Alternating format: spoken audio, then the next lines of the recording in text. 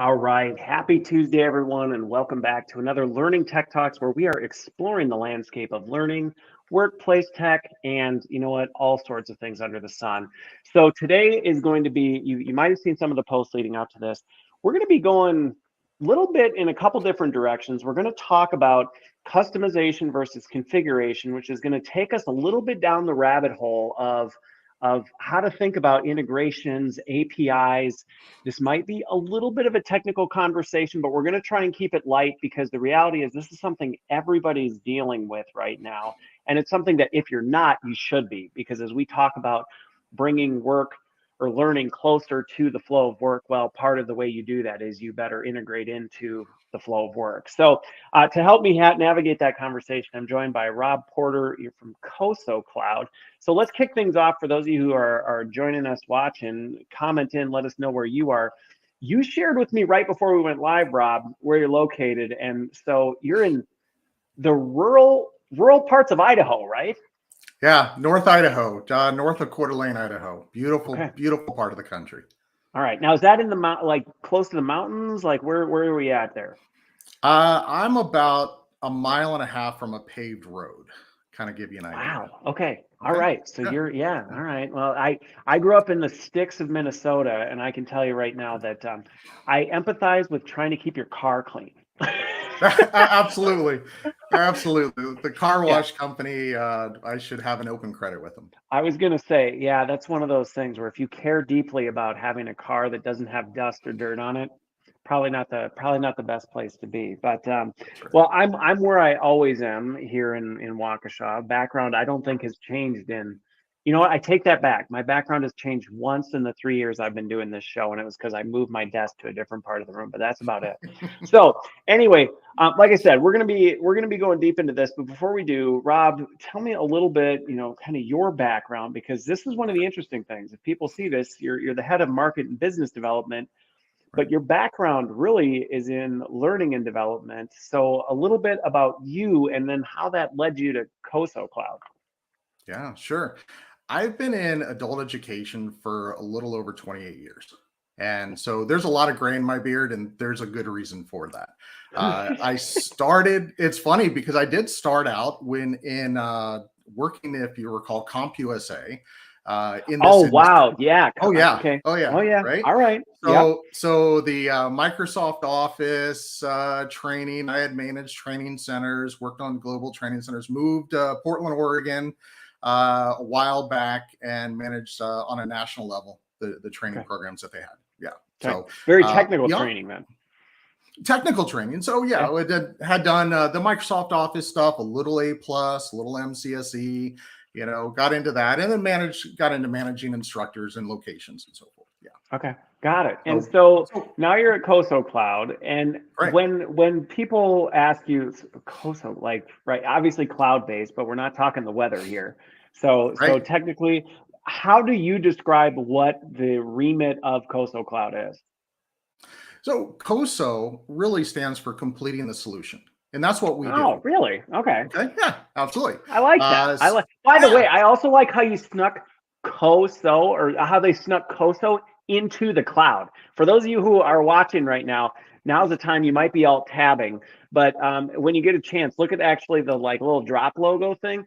It took me a bit, but I was like, wait, CoSo. I'm like, I like that, but because it looks exactly like a cloud, but very subtle.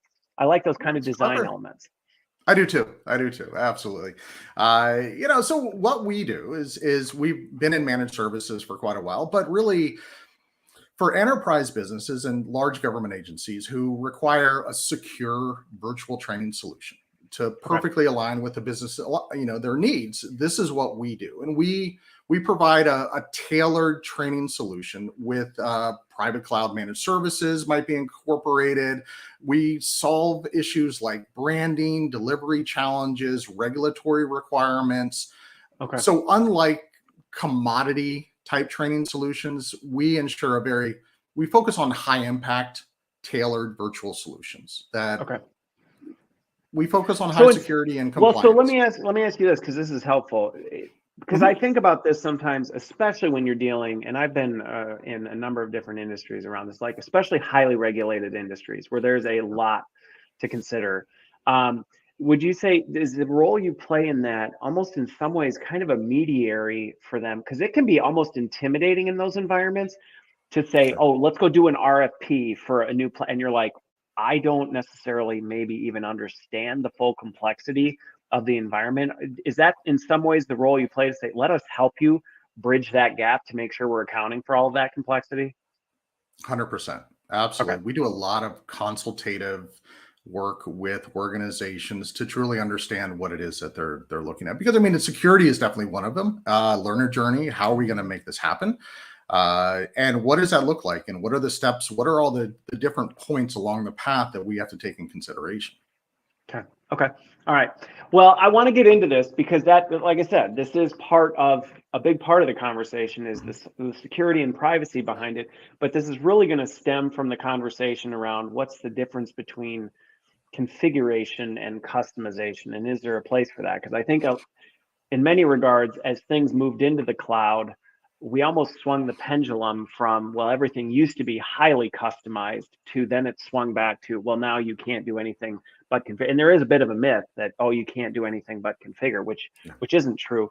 But before we get there, one of the things I want to talk about is you're in kind of this unique position because your market and business development Mhm. with an L&D background, which is a little bit unique, even just in my own exposure to business development teams. And I actually think it's a unique opportunity because we talked about this before going live.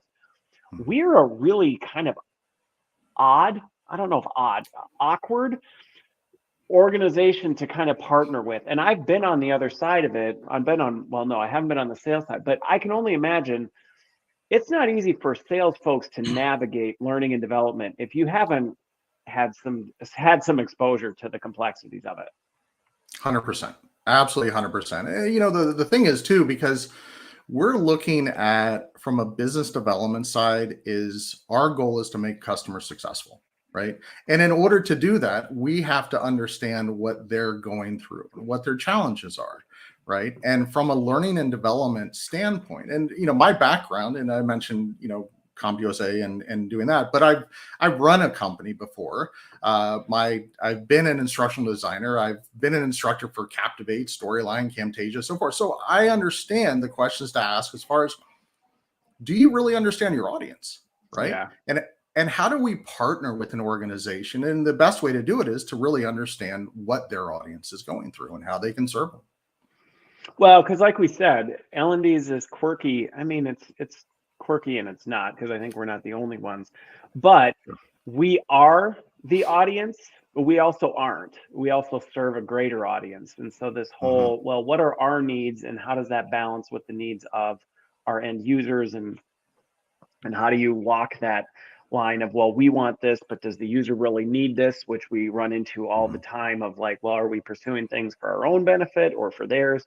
Not that, yeah. So I have to imagine, and for anybody who's watching who is on the vendor side, I've been a big advocate that for business development people, Mhm.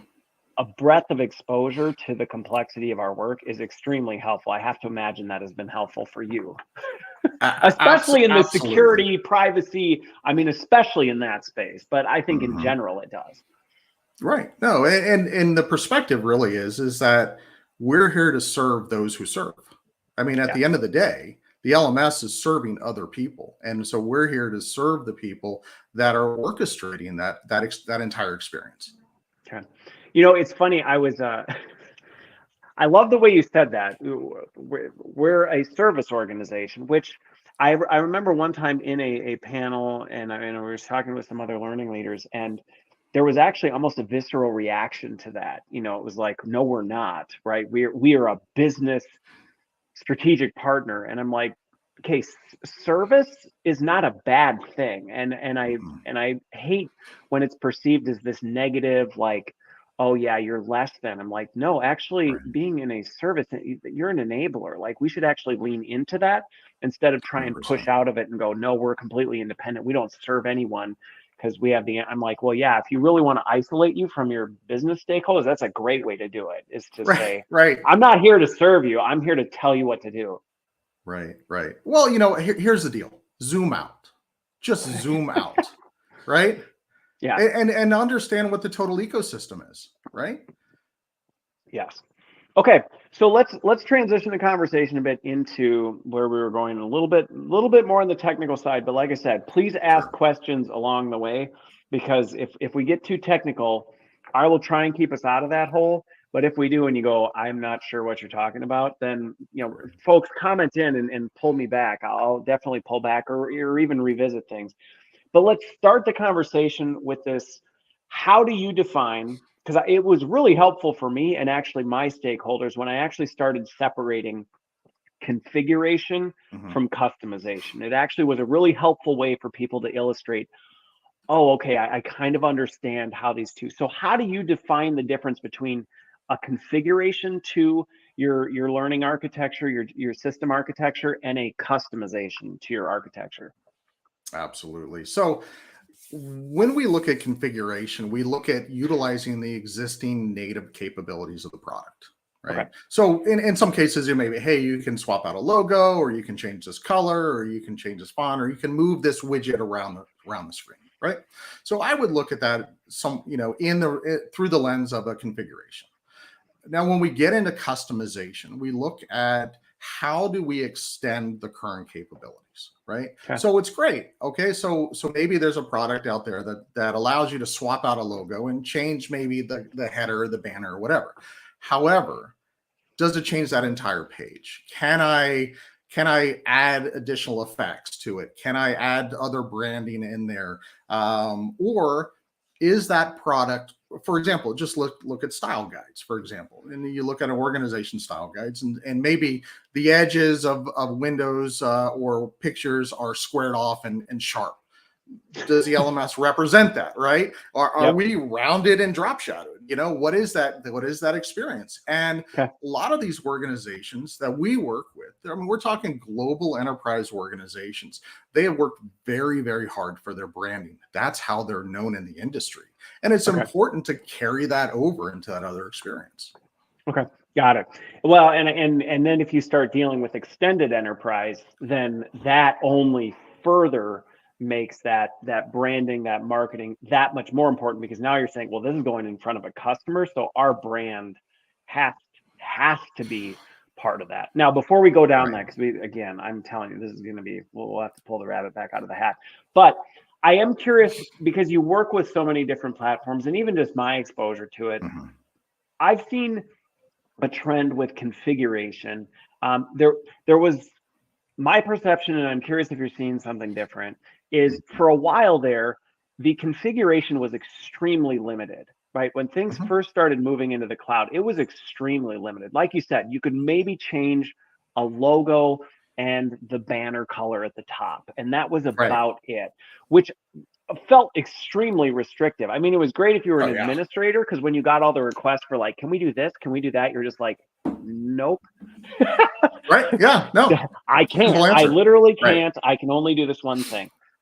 I've seen this pendulum swing a little bit more towards the middle, where a lot of the platforms and tech that I see now, they have some more robust configuration capabilities than they have in the past. You can do more than swap a logo, maybe change that. But where are you seeing it now? Is our organizations really kind of leaning into this configuration, or do they kind of draw a line at a certain point and then say, you want to go beyond that? This is outside our game.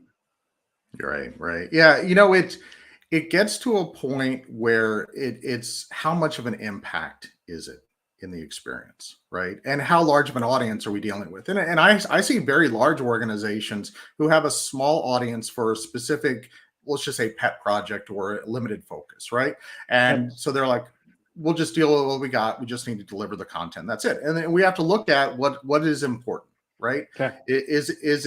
Is the content a box to check, right? Like, hey, they just completed, or are we looking at building an entire ecosystem, right? Are we looking at building an environment so that people are encouraged to continue? And I think where we see the areas that organizations are looking to do more customization are when the content is important but voluntary, right? Okay. Okay. So if you're at, okay, well, and I think this is helpful for people who may be going through this experience, because I mean, honestly, can't count the number of people I know who may be implementing a new platform or going through some sort of RFP process in this. And this is one of those questions where you look at the configuration capabilities, and sometimes, and I've seen companies kind of get bad mouth, well, why don't they let us customize everything? And it's like, well, Sure. you don't understand the engineering resources that goes into this. If you expect some major ed tech platform to allow you to basically retool the entire, they just can't do that and maintain the product. So I understand why there's some limitations, but it sounds like from your side where you're seeing that kind of need to go, configuration's not enough.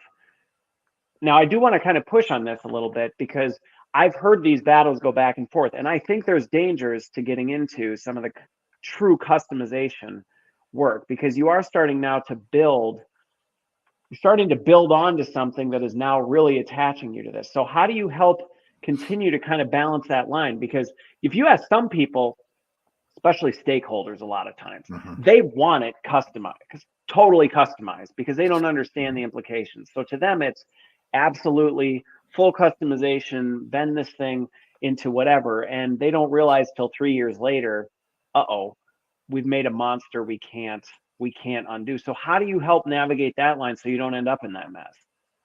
Right. Yeah. So I think what we do is we take a look at how they're communicating with their audience now, right? Like what works, right?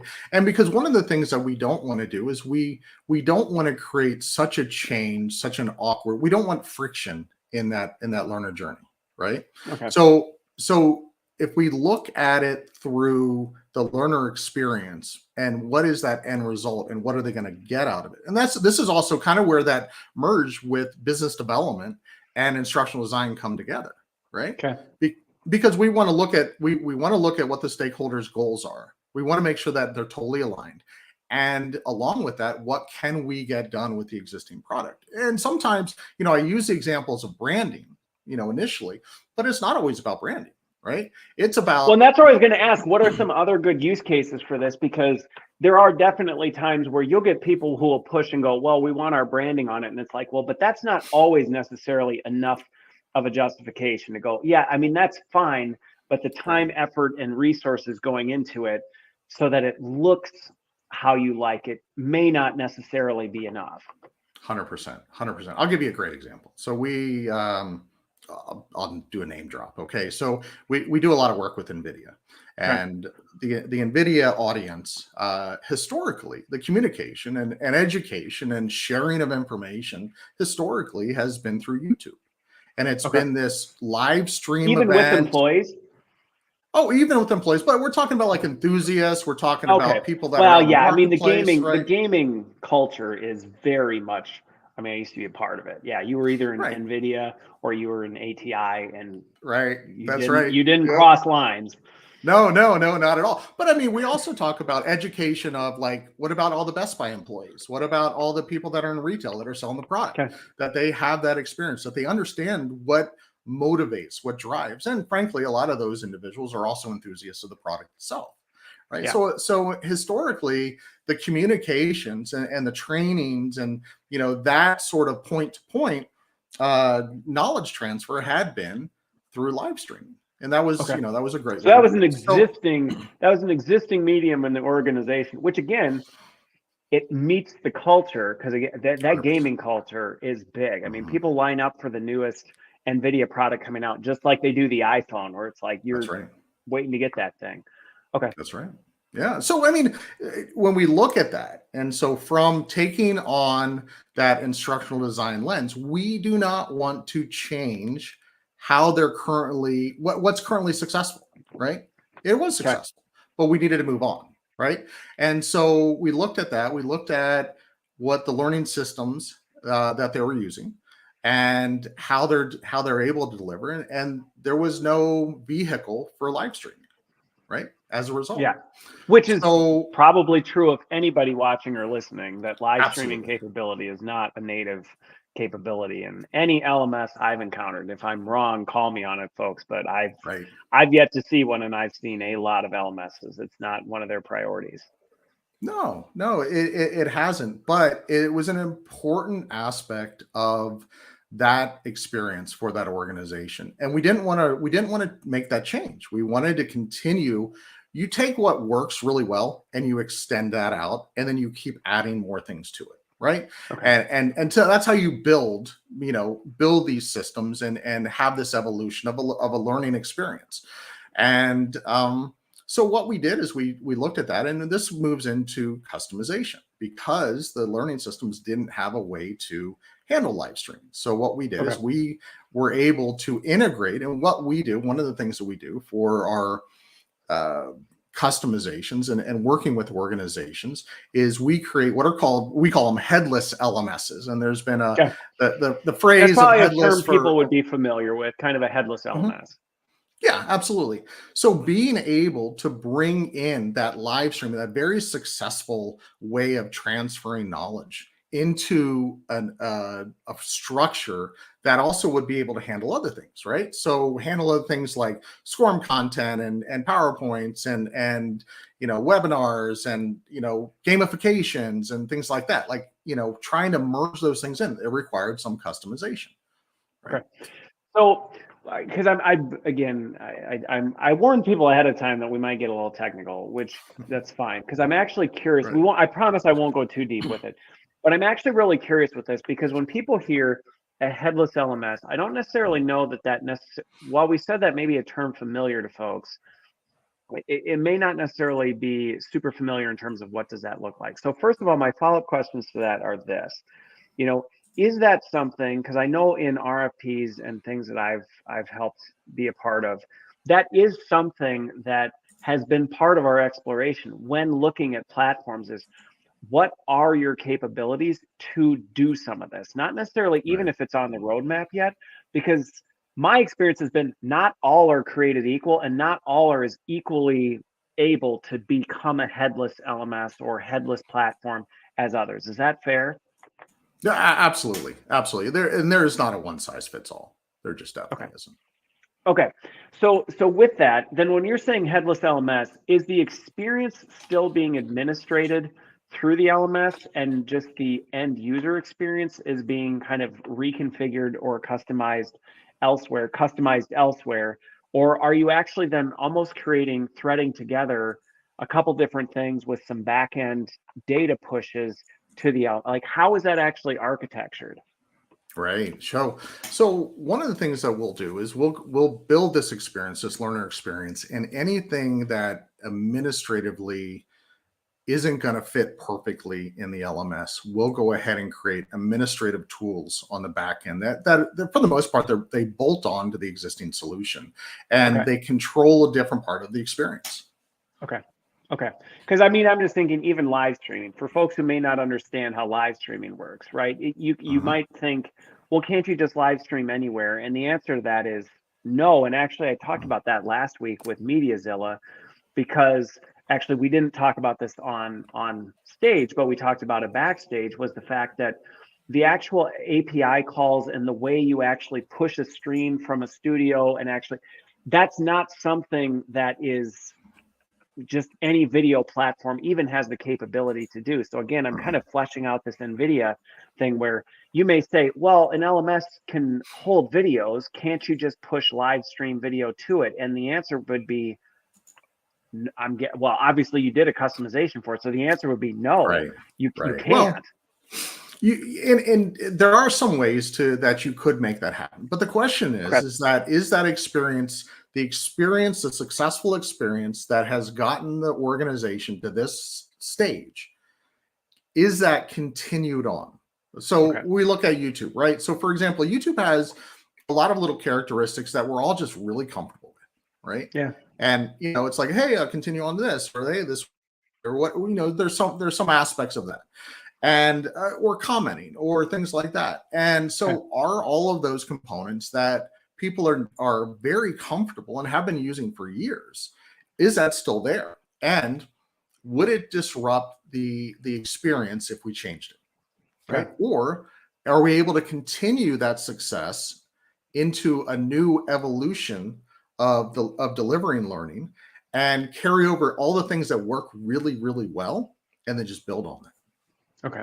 Okay. So in other words, rather than recreating or reinventing the wheel, I mean, I guess to your point, could you technically deconstruct? I mean, granted, it'd be a mess, but I mean, in theory, right? Let's Yeah. say you had your magic wand.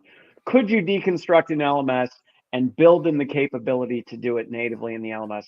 Maybe, but would that even be the right thing? Because if the user experience and the experience they're familiar with is the YouTube experience because of some of that capability, you may actually be causing more damage to the experience to try and then replicate it somewhere else when it's like, that's not where people are anyway, which I think sometimes is one of the problems we see where we try and create capability in, say, an LMS.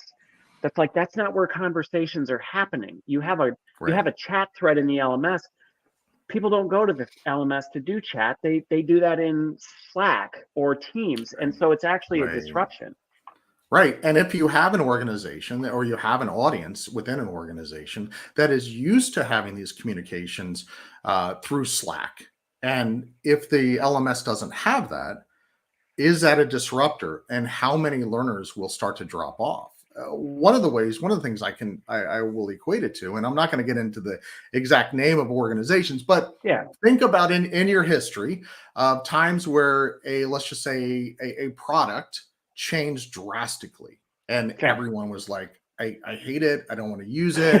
I'm going to wait for the next version to come out. I'm going to wait for all the complaints to, filter through, and then I'll start using that product again. Right. Yep. Okay. Got it. So on this one, as we kind of go down this path to this, because I do think that one of the areas that I've seen organizations, and again, this kind of all ties back to, so if you think we're going down a path that's separate, it's actually not, because we're still threading this back to this customization versus configuration. One of the things that I've seen kind of position the solution to, well, we are only configurable, and we have API calls. We have custom or integrated third-party API calls, which I think it's absolutely something. If you're looking at learning tech, yes, you should push for that and look for that, because don't underestimate the effort of, if there is zero existing API, you're basically carving a new path. Absolutely. But that's not necessarily the end-all be-all solution to say, oh, well, this platform already has a integration with Salesforce or Workday, so we don't really need to worry about it. Correct? Right.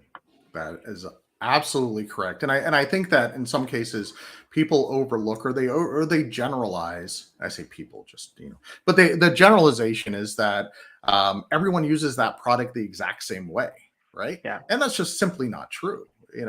I could use the example of Salesforce, right? So many organizations love to, they have an interest in connecting their learning system to Salesforce, right? But organizations use Salesforce differently from organization to organization. Where is that data going? What type of data is it? How are they going to track it? Where does it, and it is data going both directions, right? And so the question is that, is it really a one size fits all? And in many cases it's not, and when we look at just a plug for us, and I say completing the solution, maybe that connection does 80% of what you want to do. Well, we'll just help you get the other 20% done. Okay. Well, and you mentioned Salesforce. Another common one I see a lot is Workday. All right. That's a big one where, oh, well, there's already an out-of-the-box connector to Workday, so we don't need to worry about any sort of customization because that integration is already built. And like you said, I don't think I've encountered a single organization globally that is using Workday the same. I mean, not even remotely close, even in terms of the security setups, in terms of how they have security set up on Workday. So even the way those integrated third-party integrations are in existence will not necessarily cross the box. And I say that almost as a warning to folks, because that can be something where, as you go through the RFP process, you can just kind of gloss over it and go, oh, Salesforce, Workday already taken care of. I don't need to worry about it. We'll just kind of plug it together once we get the solution and everything will be fine. That's right. It is overlooked as just simply a box to check. And that's where a good business analyst will come in and assist as well. And that's, we have fantastic team of business analysts that really kind of go through and those questions flesh out. And sometimes, we'll have the customer will say, well, okay, let's just have one meeting about this. Well, then the questions come out and all of a sudden it's like, okay, well, we need another meeting. We really need to dive deeper into this because we didn't really understand all the components that are actually involved. So I to your point, I 100% agree. Okay. So let me ask this, because we've talked about some of these different things, and where I want to get a little bit further on is kind of the security implications of this, because this can sometimes, you can run into it and all of a sudden your CISOs, or honestly, even some of the vendors this is a good question to check with, even with other vendors, to go like, well, where do you sit with this? Because you can run into some real headwinds thinking, oh yeah, we'll just go down this path. But before we do, right, I'm curious, have you run into situations where you've actually had someone go, we need to customize the bejeebers out of this, and you've actually walked them backwards and gone, I actually don't know that that's the right, like, are there times where you go, maybe not at all, but where people have kind of over assumed what they need to do from a customization, and you actually step back and gone, I actually think you may be overthinking where you need customization. Yeah, or taking on too much at once, right? Okay. And I think we always want to respect what their goals, desires, ambitions are, and those come from different places as well, right? They come from different parts of the organization. They come from different people within the organization, and sometimes the perspective is, why don't we look at a phased approach? Why don't we take this on where it's digestible, it's manageable, and ultimately you will be successful, right? So what I don't want them to do is spin a whole bunch of plates and try to manage everything, and hopefully, all these different perhaps risks, or maybe the risk could be a wide variety of things. It could be testing risk, it could be timing risk, it could be, there's all sorts. So we want to take some time and work with the organization. Ultimately, our focus is about reliable and accessible training. And how do we get to that point? Does that happen in 3 months, or is that over a period of time that will ultimately get to your final goal within a year? But we just have to stage this out. Okay. So is it fair to say, and I guess this would probably be my guidance on it, but I'm curious if you have a different perspective, that let's say, again, I'm fleshing out use cases here. You're implementing something brand new. It may not be the right time to make all the determinations around all the customizations that you may want to do out of the gate, because that just, to your analogy of too many plates spinning, it's like, listen, we got to get this stabilized first and really define where there may be times, and I have no doubt that there may be times where you go, but there are some super urgent ones that we need to. But is that fair to say that it might be a little early, if you're just in the early stages, to start diving deep into customizations? You can say no too, because I'm also curious what you've seen with folks. No, there are aspects. I mean, and it's what's coming up, right? So we may have an organization. It's really kind of like, who's I'm going back to all my instructional design kind of, ideas and I mean, honestly, listening to you, the process is very similar to what we should be doing as instructional designers. It's like you're asking all these, what is the desired outcome? What are we trying to do? How do we weigh that against the resource? Like, how do we actually define that, and then back into what should we do, instead of saying we should do this and then figuring out what the implications are? I dive deep into my instructional design background doing what I do, right? And it is, what are the what's coming up? Like, and how important is that?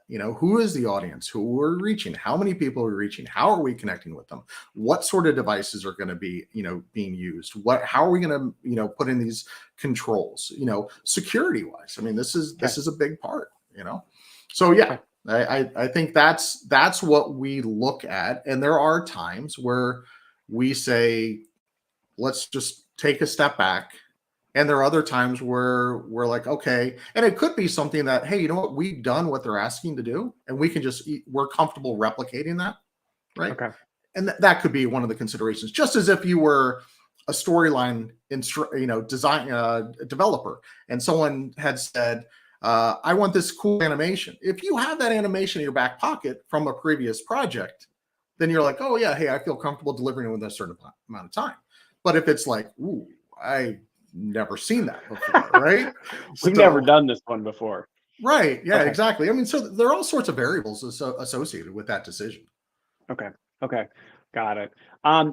Here's another one that just kind of comes to mind that I would love, because a lot of times what I see is, and I get it, and I understand both sides of the coin on this, but a lot of times there's this idea that, well, the system doesn't work the way I want it to, so we'll replace it, right? We'll replace it and get something else, and then that will fix it. And there's a time and a place for that. I absolutely advocate for that in certain situations. Sure. But then other times I've found people end up with the same problems with a slightly different flavor. It's like, well, now you have terrible tasting chocolate ice cream instead of terrible tasting vanilla ice cream. But you didn't really fix it. Are there times where you've worked with orgs where rather than even necessarily completely unbolting this, because I think up to this point we've talked a lot about, well, maybe kind of you're bringing something new in and then you're deciding, where people have gone, we have an existing system in place, we're not necessarily getting the horsepower out of it that we'd like, rather than throw the baby out with the bathwater. Is that an appropriate use case then? And have you seen that where you've actually been able to kind of resurrect what may have been considered a dead system through customization? Absolutely. Absolutely. And I laugh because, I mean, I've had conversations with organizations where I thought I initially was going into a conversation about talking about tailoring, a system. And their first comment was, well, we just want to know what we want to ask for our RFP. And I was like, well, wait a minute. So you're totally discounting what you have now that you've been working with for years. But why? And that's it. I mean, it's really getting into the why. And a series of questions. And I have another example with another organization who also was looking at moving on. And we got into a deeper conversation about it because one is I really like the company and I like the people that I worked with, right? So I genuinely want to help, right? So we got in the conversation about, they're like, well, this isn't working, and our activity on the site is really low, and we're getting these comments and this and the other. So okay, well, that's good, that's good. And what we found out was that a vast majority of the audience, so the organization was looking at the desktop experience and saying that's what failed. But we found out that almost 70% of their audience is mobile, right? Really? Okay. Yeah. And it's like, oh, okay, but are we looking at the same things, right? Are we making the choices? You're looking at statistics, right? But are we diving down into those statistics to really? Are we getting into a granular enough level where we actually understand what we're looking at? Right, 100%. And that. So I mean, those are some examples. And yes, it definitely happens. And sometimes there is a need to change for sure. There's no question about it. Because, like I said, it's there's not a one size fits all. For an LMS, right? But there are ways to take a look at how they're using it and what is the path of least resistance, right? And what, from a business case, what makes sense. Okay. Well, and the reason I asked if you've actually seen and had this done successfully is because I do think, going back to your comment about how, sometimes the decision has already been made, we need to replace the system. And it's like, how did we come to that conclusion, right? How did we come to that conclusion? Is that really the right conclusion we should have come to? And did we explore, well, what could we do with it? Because I don't think it's always taken into account the time and resources associated with making a major system change. And, especially when you consider the back end side of it, if it's like, well, if ultimately you're buying a new system to create a cooler front end for your end user, that may be a very time-consuming, expensive investment for something you may be able to solve through other channels. That's right. No, you're absolutely right. You're absolutely right. And looking at their decision-making process and what influences and how they're weighting their various decisions as well, and where do they come from. In some cases, I've seen organizations where they just don't like the vendor, right? I just don't like them, right? I don't like the people I talk to, right? Okay, well, that's great. Can we just get you a different rep, right? Right. I honestly, it's funny you bring that up, because I actually had a conversation a little while back where we changed the trajectory of where things were going, because it was something that simple. It's like, so you don't like your sales rep, so you're going to go through a multi-million-dollar implementation and abandon a system that overall is serving you pretty well. That doesn't make sense or sense CENTS either. That's right. It's expensive. Migrations in general are not something just to blink at. It's definitely something you have to take in consideration. You have to look at your historical data. You have to look at your audience. You have to look at how much content you need to move over. In some cases, there are LMSs that use proprietary content that are built inside of their platform that only their platform can utilize. And there may or may not be a way to convert it over into something that's more compatible, like Scorn, right? Okay. Well, and that's actually, so let's talk about that one a little bit, because this is one of the things. Well, no, because this is a legitimate risk that I see organizations treading into, sometimes without recognizing what they're treading into, in the sense that I understand the desire for a more integrated experience. Totally understand that. And sometimes the path that can lead people down, especially if they don't understand the technical implications of this, is, well, let's get that system that has it all. It has the built-in content, it has the built-in this, it has the built-in that. So basically it's the panacea of what it is. And it gives me a little bit of agita when that happens, because I go, do you understand the implications? And to your point of what you just asked, do you even have the ability to disconnect this or access it through any other channel? Because there may be so much depth of integration that you actually can't untangle this. So you truly are committing to the experience. Right. No, absolutely. Absolutely. And we find in some cases where an organization may already make the determination that they're moving on from an existing LMS, and they're going to move to a new LMS, and they're drawing a line in the sand with the vendor and saying, we're going to be done by this time, without going through the full exposure of what that means, right? And how long it's going to take, right? So, and really analyzing all of the variables associated with it. So, within an LMS, you have your users, you have your content, you have your connectors to other types of content, you have your connectors to other types of platforms, like fleshing all this out. And if you've done customizations on that, you have those customizations that are built into this now. That's right. That's right. And truly understanding what their business rules are, and does leaving the existing LMS solve what you're trying to do to mirror or to integrate your current business rules, right? Will another LMS actually solve that? Or is there something else that we need to do, right? Okay.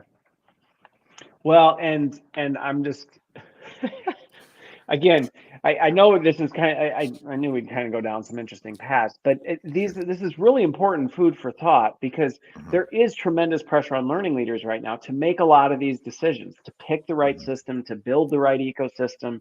Do we keep our current LMS or LXP, or do we go buy a new one and make the shift? And on paper, sometimes those decisions can look far simpler than they actually are when you get into it. And this is where you hear these just migration nightmare stories, where someone says, I mean, I just thought I was switching LMSs, only to find out. And one example of one actually that recently came up with somebody I know, we were talking about, they had in many ways been grandfathered in to a lot of like you said, legacy business process and security protocols. And it was almost like disturbing the dead a little bit, because now they were switching systems, and they were now going, this was now on their CISO's radar, and this, they were, doing a full, in evaluation of the capabilities. And suddenly all these things that they were like, oh, we were kind of okay, but we just like kicked the hornet's nest now. And this is bringing up things that we really were not looking to bring up. Percent. Absolutely, 100%. And it's really important for any sort of L&D professional to make sure that they have extremely close ties to IT and all aspects of IT, right? And even as someone I've built over a couple hundred hours of content, and I always make sure that, especially in the early stages, when I'm talking, 15 years ago, building content, where IT and some of the technologies didn't always jive. Right. Okay. Yeah, and no, they didn't. Right. And so it was crucial that the L&D professional always made sure that IT was their best friend, because at the end of the day, your stuff lives on their space. It right? does. And so really understanding that and having that partnership in there is crucial. And so, I encourage them to, take them out to lunch every once in a while, send them a plate of cookies, do whatever, like make them happy. Right. And also have these open conversations about, how do we make sure that we all coexist really well and we plan for succession. Okay. So let me ask you this, because I will tell you inevitably, and I'm curious how you integrate and work with these folks, because some of the stuff we're talking about, one of the things that, I remember in my early days of getting into this, there were a lot of things you don't know what you don't know, right? The unconscious incompetence, where, we're talking about things that some people will be like, I have no idea what you're even talking about. We're talking about API calls. We're talking about, all these data validation things. And I wouldn't even know what questions to ask. And I just think of one example that I ran into personally. Here's right. Everybody tells their success stories. Here was one of my epic failures. I was in an organization. We were implementing a new LMS, and I didn't know there were different single sign-on protocols. To me, it's just everybody talks about single sign-on like it's a thing. That's right. So to me, I'm like, yeah, they have single sign-on. No big deal. They said they have single sign-on. We need single sign-on. But what does that mean? We got all the way down the path. Contract was like, we were on the process of, like, it was about to launch, and we hadn't done the single sign-on. And we got to this point only to find out the enterprise data architecture had a different single sign-on protocol than the vendor. Sure. And they were not compatible. And we're like, and now granted, we had IT in the conversations. We had all the right partners. And it was one of these, what are we going to do at this point? Because literally, we missed this. And I don't know how we're going to fix it. And ultimately, going back to your point of customization, we had to customize an entire data architecture approach to actually change the way this data was moving across to authenticate. It was a nightmare. Absolutely. And, and that comes up. Not only does it come up as far as like, what, and more so these days that there's, everyone's a lot of people using SAML and things like that. It used to be an absolute mess. Right. But at the same token too, one thing that had come up not too long ago was, and in the line of SSO is, an organization had audiences coming from multiple SSOs. So the question is, does the LMS handle multiple SSOs? And so that's, that would be a question. And that's something that's very much alive today as a conversation. That is, especially, well, and again, we talked a little bit about it at the beginning, but you think about, organizations who may be doing extended enterprise, or they may have contractors that authenticate off different things. And you look at, how are people actually authenticating into this system? Right. And do they even have the ability to set up multiple ways of doing that? And if not, there's no choice but customization, because you can't just say, well, make it happen, because that vendor's not going to go, we're not going to build that for Right. you. I mean, that's Right. not a typical use case. No, and actually, this is I'll plug one of our applications. So we build subscription applications that virtually bolt on to an LMS, right? And one of the things, we have a product called Gatekeeper, and Gatekeeper is a product that allows an organization to have a custom login interface, but we can handle multiple connections, or even where you're going to connect to, right? So we become, as the name describes, we're the gatekeeper. We can manage all that, right? And so those are some of the things that we come across. And as we come across them, we then build products on top of that. We're like, okay, hey, there's a need for that. How can we replicate There's this that? niche use case need in the industry Absolutely. that the vendors aren't necessarily going to say, this isn't big enough because we don't have enough customers doing it. But it is frequent enough that you go, I mean, this is a problem in the industry. Somebody needs something to be able to do this. That's right. That's right. And that's some of the things that we do is we build these subscription products. We have, other ones. We have a reward system product that we're able to take gamification points and put them into a wallet and allow them. And we work with a third party organization that has a global connection for serving rewards. Right. Okay. And we're able to do that. I look at this, when we look at gamification, I always typically look at, it's either transactional. It's like, hey, you do this and then you get this, right? And that's it. Or I use the example of skee ball, right? So you ever play skee ball? You go to the arcade and little ball and goes through, right? And you get the tickets and the points, and you go up to the counter. Go to Chuck E. Cheese and you get the garbage that your parents are like, that's right. We're seriously going to keep this in the house? Absolutely. I look at, the kids have the armfuls of tickets, right? And they go up to the counter. So anyway, but I look at the skee ball, and that's the gamification point. So how do we leverage that? So we have a connector that we can go ahead and do the connectors and have a virtual wallet that allows an organization to provide rewards that they wouldn't, maybe their LMS doesn't provide that. Okay. Well, and my headset's doing that stupid thing again where it's muting me randomly. But it is one of those, we talked about this backstage, where gamification, because again, we talked a little bit use cases. You talked about NVIDIA and the way they needed to integrate live streaming. But to me, gamification is one of those use cases where you go, every enterprise has some sort of rewards and recognition system in place today. It's something, whether people can, they get things like that. And a lot of LMSs have started saying, well, we'll build a gamification or a leaderboard or some sort of capability, into this. And a lot of times it is almost this disconnected, okay, so I got a bunch of imaginary points. I just think of Drew Carey, on whatever, where he gives out like make-believe points for how they do their 5,000, and you're like, what is this? I mean, people aren't necessarily, and then we're wondering, we're like, see, gamification doesn't work. And it's like, it doesn't work. You didn't offer them anything. You gave them a bunch 100%. Of make-believe points that have absolutely zero value in the organization. Oh, they can get a learner badge. Well, what does that translate to? Nothing. That's right. So I think that is one of those really good use cases where you go, okay, so how do we better integrate into our recognition capability? And again, we talk a lot in our industry about how do we reward and incentivize learning? Well, you're not going to do it by creating your own ecosystem of things that really the rest of the org's like, yeah, I don't care about your leaderboard because it doesn't mean anything to me.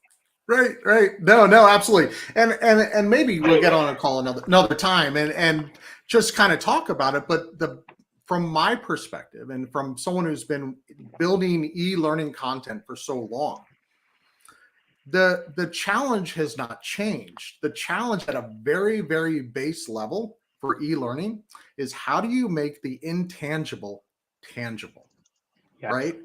And that's where we get into the conversation on gamification, right? And that's totally aligns with what you just said in regards to the points. Hey, they're make-believe points, but they're still make-believe, right? Yeah. Why do I care any more about make-believe points, right? Yeah. So... And this just goes back to what we've been saying about when we say learning in the flow of work. We say it, but then yet we create our own island and then Right. wonder why it doesn't work. And it's like, well, Right. but then we're blaming the wrong thing. And again, to be clear, for folks who have made it this far in the conversation, this is not to say every single thing needs to be customized. And I Mhm. think even just from your perspective, I've seen you say, like, no, not Mhm. every single thing needs to be customized. You don't need to customize everything because somebody said, oh, well, wouldn't it be great if we could move this box to that? Like, come on, it's probably fine. Right.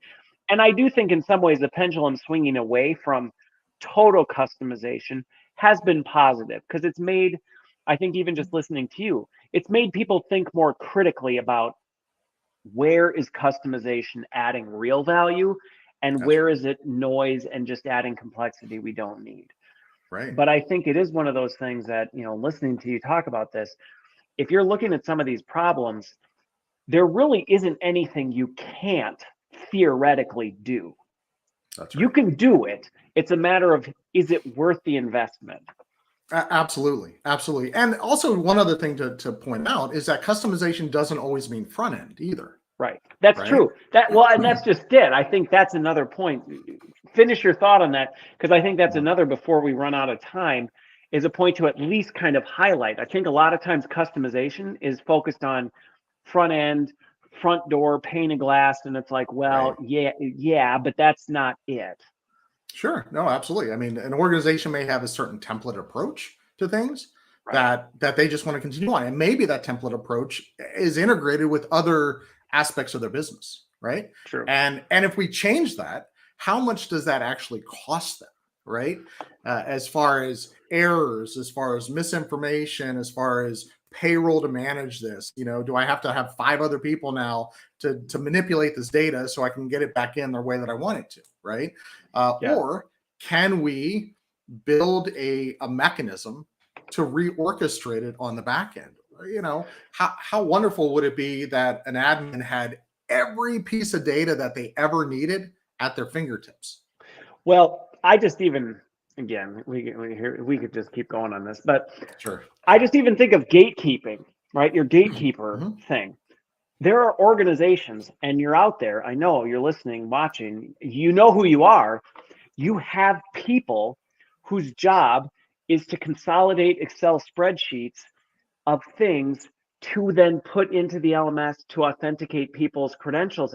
And these are these are headcount, these are resources, hours spent, or even not a dedicated headcount. Some poor Mhm. sucker on your team has been tasked with this job and they hate it, but their job is to like consolidate the thing that comes out of Workday and go, well, this doesn't work in the way so we got to freaking remove these tables and columns and do all this, and I got to reformat it just to hit upload into this. That's a Mhm. lot of time and resources that, yeah, no, maybe the end user doesn't see that, but that's dollars and cents you're spending every single month, every single year on things that are adding minimal value. And you may be doing it not knowing that, oh, you mean we could build a customization that would take care of this for us without having to think Right. about it? I mean, it's crazy. Yeah, automation, and another day we can also get into AI and talk a bit about that too, right? Yeah. And how automation and AI are being leveraged in the learning space to really make a more efficient use of what we're delivering to our audience. Well, and I think the point, and then we'll close on this with the AI, that can be a little bit terrifying Yeah. is when people start treading into the AI territory and they haven't cleaned this stuff up, and they're like, oh, AI will Mhm. fix this for us, and it's Right, like, whoa, whoa, right, right. whoa, like, no, don't throw a machine at something that's a hot Sure. mess. It'll just make that dumpster fire burn that much hotter, that much bigger if you don't take care of it. So Absolutely. anyway, Totally agree. this Yeah. was, hopefully for folks who are watching and listening, I again, I could geek out on some of this stuff probably far longer than the hour the show would allow. But I appreciate you making the time, because I think, one of My the pleasure. biggest takeaways for folks is there isn't anything you can't do.